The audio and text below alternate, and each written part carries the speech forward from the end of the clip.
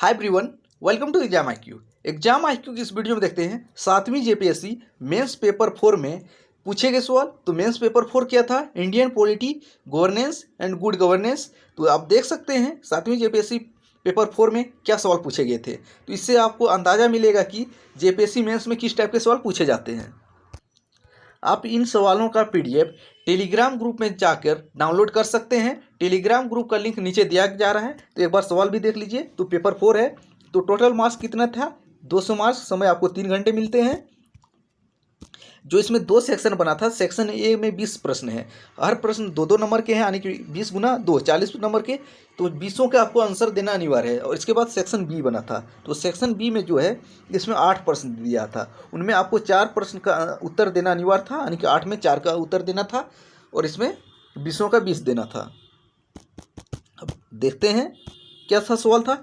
निम्नलिखित में से कौन से 42वें संविधान संशोधन अधिनियम के माध्यम से भारत के संविधान की प्रस्तावना में जोड़े गए थे? तो प्रस्तावना में 42वां संविधान संशोधन अधिनियम में क्या जोड़ा गया था, बताना था। दूसरा क्या था? संवैधानिक उपचारों का अधिकार भारत के संविधान के निम्नलिखित में से किस अनुच्छेद में दिया गया? भारत के संविधान के किस अनुच्छेद के अंतर्गत राष्ट्रपति निर्वाचित होने के लिए अर्हताएं निर्धारित है? चौथा था, किस अधिनियम के द्वारा राज्य की स्थापना की गई? पांचवा क्या है? भारत संविधान की किस अनुच्छेद के अंतर्गत उच्चतम न्यायालय द्वारा घोषित विधि भारत के राज्य क्षेत्र के भीतर सभी न्यायालयों पर आबद्धकारी होगी? और छठा है, कौन से विधेयक पर लोकसभा का संपूर्ण प्रभुत्व है? सातवां था, निम्नलिखित राज्यों में से किस राज्य में द्विसदनीय विधायिका नहीं है? किस संविधान संशोधन द्वारा भारतीय संविधान में 10वीं अनुसूची को जोड़ा गया? भारत में अब तक कितनी बार वित्त आपात स्थिति घोषित की गई? 10वां है, भारत संविधान का 91वां संविधान संशोधन अधिनियम निम्नलिखित विषयों में किस विषय से संबंधित है? 11वां क्या है? निम्नलिखित में से कौन से मौलिक अधिकार को भारत के संविधान में आवश्यक बुराई को शामिल करने के लिए भी जाना जाता है? भारत संविधान की प्रस्तावना निम्नलिखित में से किस उद्देश्य या कानून पर आधारित है? अगला सवाल क्या था? 13वां, संविधान के निम्नलिखित में से कौन सा प्रावधान 26 नवंबर 1949 को लागू नहीं हुआ था? निम्नलिखित में से कौन राज्य प्रशासनिक न्यायाधिकरण के अध्यक्ष और सदस्यों की नियुक्ति करता है? 15वां क्या था? संविधान के किस अनुच्छेद में अखिल भारतीय सेवाओं, केंद्रीय सेवाओं और राज्य सेवाओं के संबंध में प्रावधान है? कौन से अनुच्छेद में है? 16वां था, ब्रिटिशकालीन भारत में किस अधिनियम के तहत राष्ट्रपति को अध्यादेश जारी करने की शक्ति प्रदान की गई?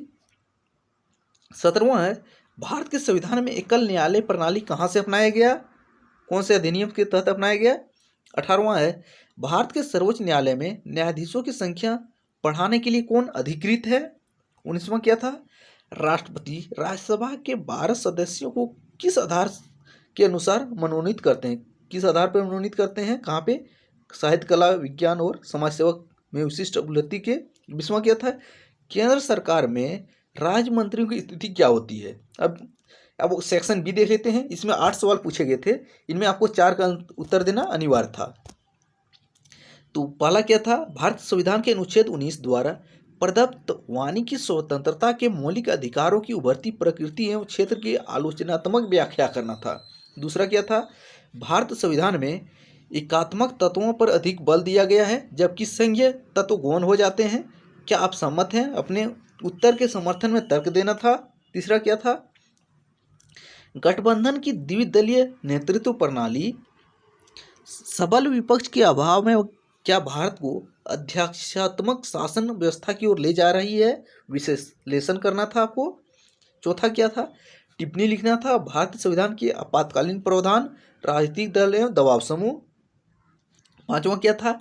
विकास, प्रशासन एवं प्रशासनिक विकास के मध्य अंतर व्यक्त करना था। इस पर फिर 6वां नोट्स निकला था। नीति निर्धारण व निर्माण में नौकरशाह की भूमिका, जिला प्रशासन में जिला कलेक्टर की भूमिका। 7वां क्या था? भारत में आपदा प्रबंधन की तैयारी जिला प्रशासन के एक प्रमुख घटक बन गया है। उपयुक्त दृष्टियों के साथ चर्चा करना था। 8वां क्या था? क्या आप सहमत हैं कि भारत में मौजूदा संस्थागत ढांचे के कारण सुशासन लागू हुआ है। उत्तर के समर्थन में कारण देना था। तो इनमें 8 जो लॉन्ग क्वेश्चन था उनमें 4 का आंसर देना था और 20 का 20 ऑब्जेक्टिव देना था। तो इसका PDF टेलीग्राम ग्रुप में मिल जाएगा। तो मिलते हैं अगले वीडियो में, तब तक देखते रहिए पुराना वीडियो।